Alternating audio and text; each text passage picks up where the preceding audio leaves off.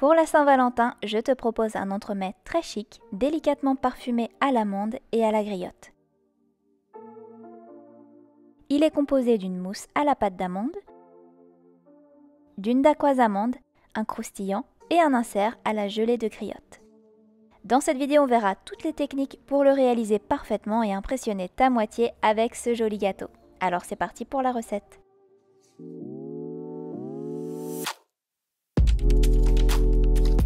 Pour cet entremets, j'utilise un moule Silicomart en forme de coussin. Tu trouves le matériel de la recette en description. La première préparation à réaliser est le confit de griotte puisque nous allons le laisser prendre au congélateur avant de monter notre gâteau.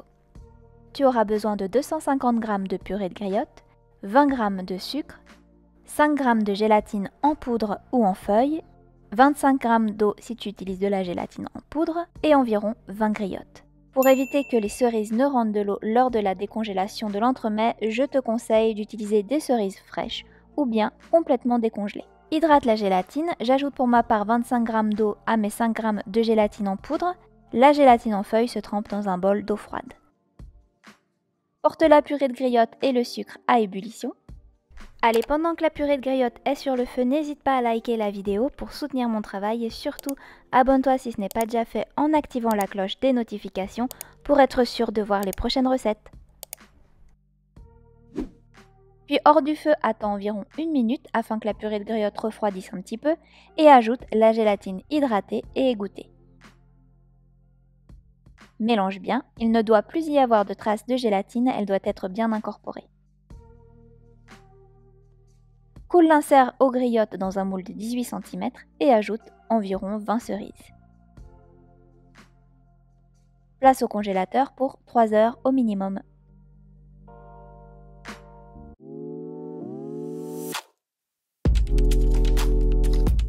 On continue notre entremets griotte avec la dacquoise amande. Il te faudra donc 85 g de blanc d'œuf, 80 g de poudre d'amande, 50 g de sucre glace, 20 g de farine, 20 g de sucre blanc et quelques amandes effilées. Dans un premier temps, nous allons torréfier la poudre d'amande à 150 degrés pendant 10 minutes.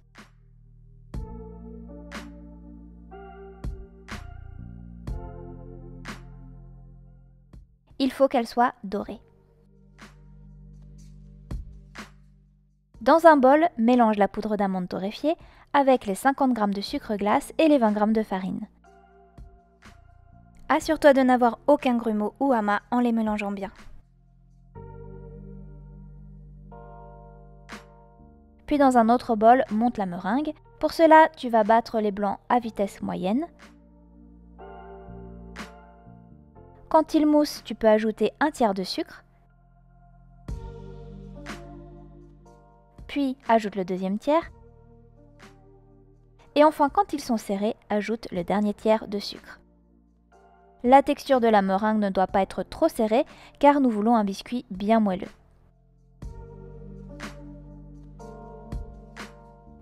On peut maintenant incorporer le mélange sucre, poudre d'amande et farine tamisée à la meringue. On mélange à la spatule délicatement car il ne faut pas faire retomber le mélange.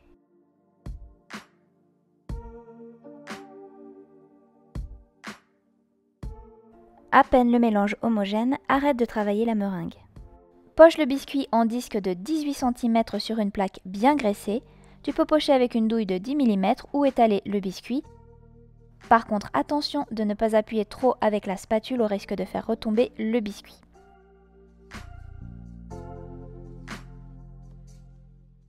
Ajoute quelques amandes effilées et cuis à 180 degrés pendant environ 18 à 20 minutes.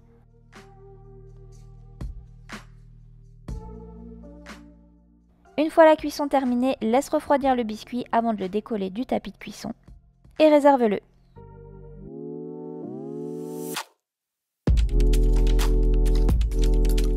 Nous allons ajouter un croustillant aux amandes au-dessus de notre dacquoise. Pour cela, tu auras besoin de 50 g de gavotte, de 50 g de purée d'amande, 30 g de chocolat blanc, 6 g d'amandes effilées. Dans un bol, écrase les gavottes, ajoute les amandes effilées, la purée d'amande et le chocolat blanc fondu. Mélange bien afin que le croustillant soit bien homogène.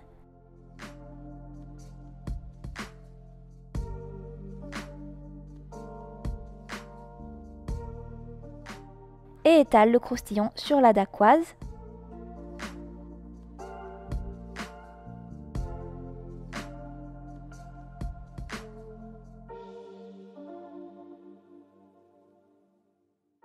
Et tu peux maintenant réserver la dacquoise et le croustillant au congélateur en attendant de monter l'entremets.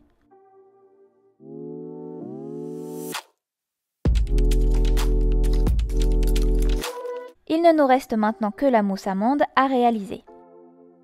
Tu auras besoin de 160 g de pâte d'amande. Bon, ici j'avais une pâte d'amande colorée mais peu importe. 300 g de lait entier. 80 g de jaune. 40 g de sucre. 6 g de gélatine et 30 g d'eau si tu utilises de la gélatine en poudre. 2 cuillères à café d'amaretto ou d'extrait d'amande amère. 300 g de crème à 30-35% de matière grasse minimum. On va commencer par hydrater la gélatine dans un bol d'eau ou précisément 30 g d'eau pour la gélatine en poudre. Dans une casserole, verse la pâte d'amande et le lait. On fait chauffer sur feu doux et on mélange. La pâte d'amande va fondre légèrement. Une fois qu'on a obtenu l'ébullition, on sort la casserole du feu et si nécessaire, tu peux mixer le mélange pour que la pâte d'amande soit bien incorporée. Il ne doit pas rester de morceaux. Laisse de côté le lait chaud pour le moment. Dans un bol, mélange les 40 g de sucre avec les 80 g de jaune. Fouette bien jusqu'à ce que les jaunes deviennent mousseux et blanchissent.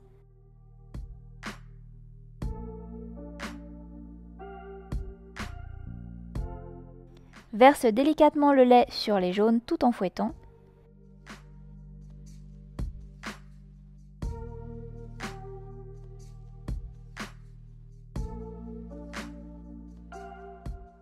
Puis reverse le mélange dans la casserole et remets sur feu doux.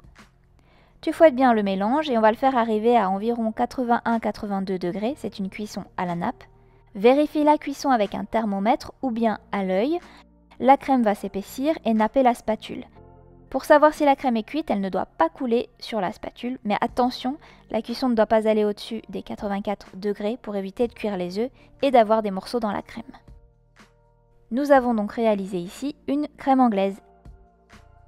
Ajoute l'amaretto ou l'extrait d'amande amère et attends environ 1 minute, puis ajoute la gélatine.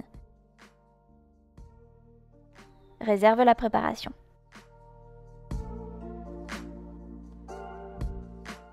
Allez, maintenant on va monter la crème en chantilly, mais pas trop serrée.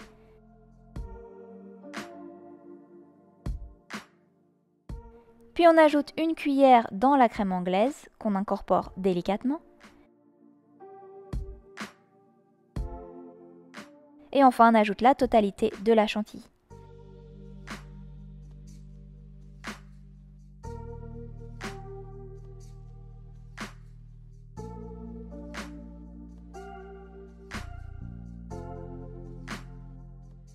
Ici, je te donne une astuce supplémentaire pour incorporer la crème chantilly. Tu peux utiliser un fouet et mélanger très délicatement. Si la crème est un peu trop montée, cette astuce va t'aider à rendre ta mousse parfaite et surtout éviter les grumeaux. Maintenant, tu vas verser aussitôt cette mousse amande dans le moule, puis la laisser au congélateur pendant environ 10 minutes. Cette astuce te permet de solidifier la mousse avant d'y déposer l'insert. Démoule donc ton insert et ajoute-le dans la mousse. Ajoute enfin le biscuit face croustillant dans la mousse et appuie légèrement pour que la mousse soit bien appliquée sur le côté du moule. Et maintenant, on va mettre au congélateur toute une nuit au moins.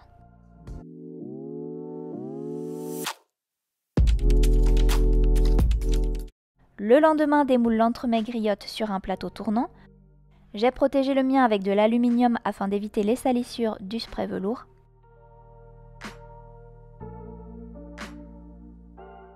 Protège bien également ta cuisine et spraye l'entremets à 20 cm de distance. Il faut sprayer une couche fine seulement pour éviter les craquelures.